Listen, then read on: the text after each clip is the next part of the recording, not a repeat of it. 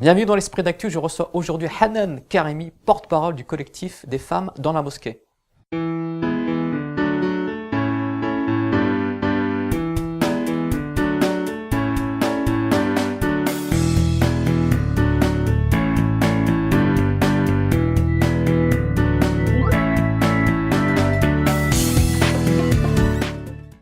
Bienvenue Hanan Karimi dans l'Esprit d'Actu. Merci. Alors vous êtes porte-parole du collectif des femmes dans la mosquée. Oui. Est-ce qu'on peut commencer par présenter ce collectif qui a été créé récemment? Voilà. Oui, c'est ça. Le collectif Les femmes dans la mosquée est un collectif qui se crée après la décision de la Grande Mosquée de Paris de reléguer les femmes au sous-sol. Donc on a une affiche à l'entrée de la mosquée qui dit changement de salle pour les femmes au sous-sol. Et des sœurs qui priaient très régulièrement, voire quotidiennement dans cette mosquée parce qu'elles se trouvent à côté de leur université ou de leur lieu de travail, sont indignées par cette décision arbitraire et injustifiée. Donc, on va rappeler ce qu'est cette grande salle de prière. En fait, la mosquée de Paris vous a interdit de prier dans la grande salle de prière où il y avait à la fois des hommes et des femmes mais qui étaient séparés par un rideau. Voilà, depuis des décennies, les femmes prient derrière les hommes dans cette salle principale, derrière un rideau. L'espace des femmes est petit.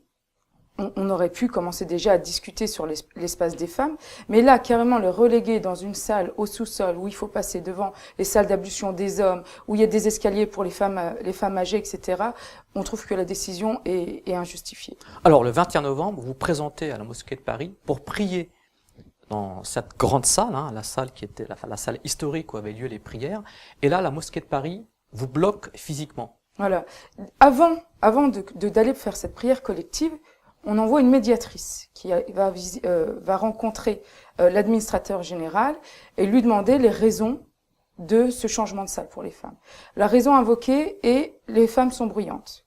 Donc elle lui explique qu'elle aimerait bien venir se recueillir pendant sa prière et ne pas avoir à faire ce long chemin et aller prier dans un endroit qui se retrouve finalement très bruyant.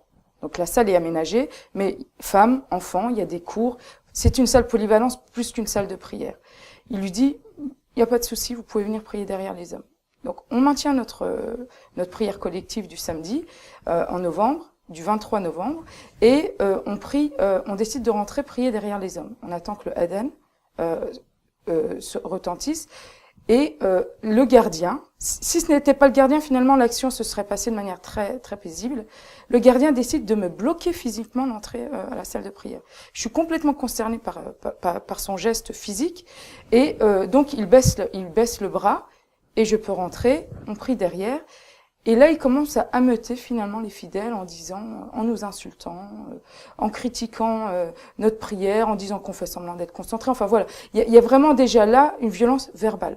Alors à la fin de la prière, un imam est venu vous voir pour vous signifier qu'il était interdit pour les femmes de prier dans la maison, je cite, des hommes. Voilà. Nous, on reste après cette prière pour pouvoir discuter avec l'imam. C'est notre souhait de discuter avec lui.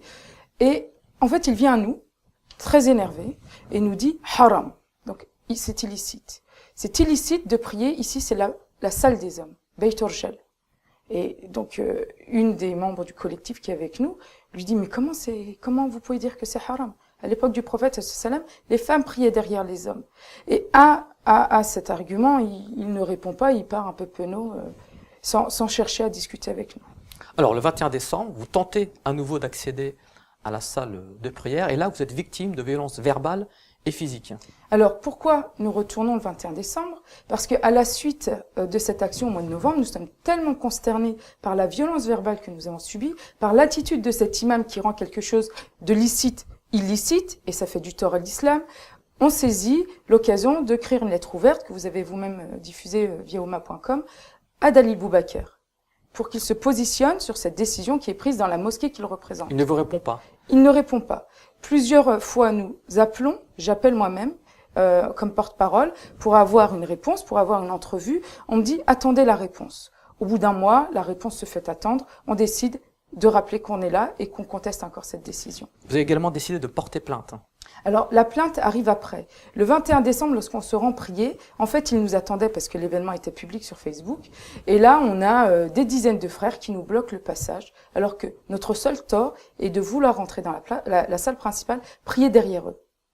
Et donc, on essaye de discuter. Il y a un frère qui comprend qu'on veut simplement prier derrière les frères et nous fait un passage alors qu'un autre, de tout son corps, nous empêche d'entrer. Donc, la force a été utilisée par les frères qui étaient là en face de nous, sachant qu'il y avait des frères de notre côté qui défendaient notre volonté de prier dans la salle principale. Donc, on réussit à rentrer au bout de 3/4 d'heure de discussion grâce à ce frère qui fait un passage. Mais ensuite, un des accompagnateurs qui était avec nous essaye de discuter avec les responsables, essaye voilà, une médiation pour dire que le droit était de notre côté, etc. Et ils sont tellement impatients, tellement en colère de cette décision qu'ils décident de prendre ce frère, de le taper dessus et de le jeter dehors. Et donc, il y a eu violence parce que sa femme s'interpose, parce qu'elle veut pas, voilà. Une autre des membres s'interpose, elle reçoit des coups, ce qui implique 3 plaintes pour coups et blessures. Quelqu'un de la direction de la mosquée, dont on ne connaît pas le titre, nous crie « Ici, c'est l'Algérie, c'est chez moi » et ferme la porte de la mosquée pour la fin de la journée.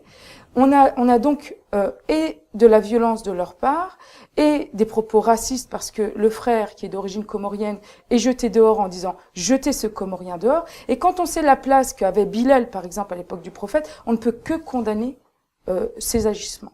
Alors vous rappeliez que la mosquée de Paris a toujours refusé de dialoguer et que cette même mosquée de Paris a mené une campagne de diffamation en vous assimilant aux Femen.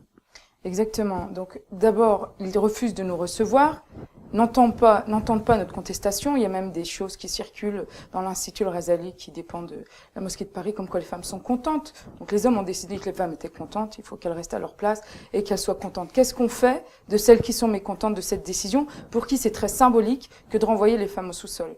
D'autant plus que c'est une mosquée touristique, il faut pas l'oublier. Donc, avoir cette affiche à l'entrée, c'est juste donner du crédit à ceux qui pensent que la femme dans l'islam a une situation dégradante. Alors, après ça, au lieu de répondre à notre contestation, ils décident de nous qualifier de groupuscules féministes. Alors, des croyantes qui disent qu'elles ne sont pas d'accord avec une gestion de la mosquée deviennent tout à coup un groupuscule féministe avec un agenda politique ou avec des... Voilà, l'argument n'est pas valable, n'est pas recevable. On voit très bien que finalement, ils n'ont aucun argument sérieux, ni religieux, ni au niveau de la gestion de l'espace, qui permettent de valider leurs décisions. Et ils ne veulent pas revenir là-dessus parce qu'ils n'ont pas l'habitude à ce que des femmes contestent et qu'elles viennent interférer dans leurs décisions qui sont souvent prises des hommes pour les femmes. Alors, vous avez lancé une pétition. Est-ce que vous prévoyez d'autres actions? Alors, on a lancé une pétition qui a à peu près 1000 signatures. On prévoit d'autres actions si la deuxième phase, qui est encore une phase de discussion, n'aboutit pas. Le but étant de permettre aux femmes de dire leurs besoins dans les lieux de culte. Et en l'occurrence, la mosquée de Paris est un lieu de culte symbolique qui pourrait permettre d'ouvrir une discussion au niveau national sur la place des femmes dans les mosquées. Parce que ça devient des gestions exclusivement masculines, à quelques rares exceptions. Et donc là, il y a un moment donné où il faut représenter la communauté. Et la communauté a une grande partie de ses fidèles qui sont des femmes. Merci Hanan Karimi. Merci. Donc à très bientôt pour un autre numéro de l'Esprit d'actu.